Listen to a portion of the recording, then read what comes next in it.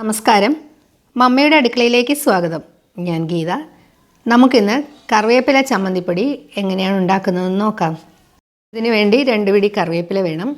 പിന്നെ 3 table spoon ഉഴുന്ന്, 3 table spoon കടലപ്പരിപ്പ്, 10 ഉണക്കമുളക്, 1 ടേബിൾ സ്പൂൺ മല്ലിപ്പൊടി, 1 ടീസ്പൂൺ കുരുമുളക്, ഒരു ചെറിയ നെല്ലിക്ക വലിപ്പത്തിലുള്ള പുളി, 1/4 ടീസ്പൂൺ കായപ്പൊടി, ആവശ്യത്തിന് ഉപ്പ്, ഒരു 2 ടേബിൾ സ്പൂൺ നല്ലെണ്ണ. ആദ്യം നമുക്ക് ഈ കറിവേപ്പിലയൊക്കെ ഒന്ന് വറുത്തെടുക്കാം. ഒട്ടും എണ്ണമയം ഇല്ലാതെയാണ് നമ്മളിത് വറുത്തെടുക്കുന്നത്. ഇതിനി നന്നായിട്ട് ഇളക്കിക്കൊണ്ടേ ഇരിക്കുക. ഇതിങ്ങനെ കയ്യിലെടുത്തിട്ട് ഇങ്ങനെ ഒന്ന് പൊടിച്ച് കഴിഞ്ഞാൽ അതിങ്ങനെ പൊടിഞ്ഞ് കിട്ടും. അപ്പോൾ ഇതാണ് അതിൻ്റെ പാകം. നമുക്കിതിനി ചീനിച്ചട്ടിയിൽ നിന്ന് മാറ്റാം.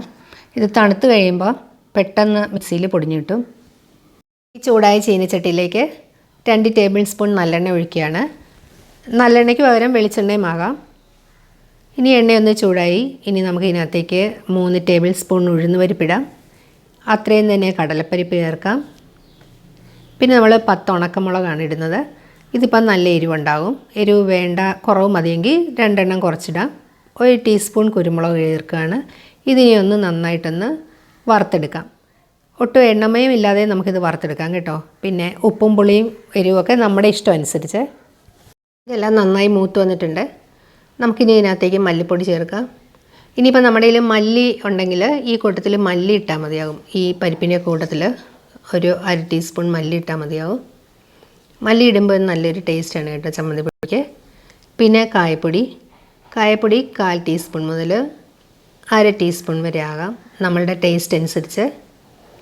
പിന്നെ പുളി ഞാനൊന്ന് പിച്ചി കീറിയിട്ടിരിക്കുവാണ്. ഇനി ഇതൊന്ന് മൂത്ത് കഴിയുമ്പോൾ നമുക്ക് ഈ ചീനിച്ചട്ടിയിൽ നിന്ന് മാറ്റാം. ഈ ചമ്മന്തിപ്പൊടി വെളിച്ചെണ്ണയെ ചാലിച്ചാണ് കഴിക്കേണ്ടത്. ഇത് ഇഡലിയുടെയും ദോശയുടെ കൂടെയും അതുപോലെ ചോറിൻ്റെ കൂടെയും നല്ലതാണ്. കറിവേപ്പില മിക്സിയുടെ ജാറിലേക്ക് ഇട്ടിട്ടുണ്ട്. ആദ്യം നമുക്കിത് തന്നെ ഒന്ന് പൊടിച്ചെടുക്കാം. ഇനി ഇതിലേക്ക് ബാക്കി സാധനങ്ങളിടാം. ആവശ്യത്തിന് ഉപ്പും കൂടെ ചേർത്ത് പൊടിച്ചെടുക്കാം.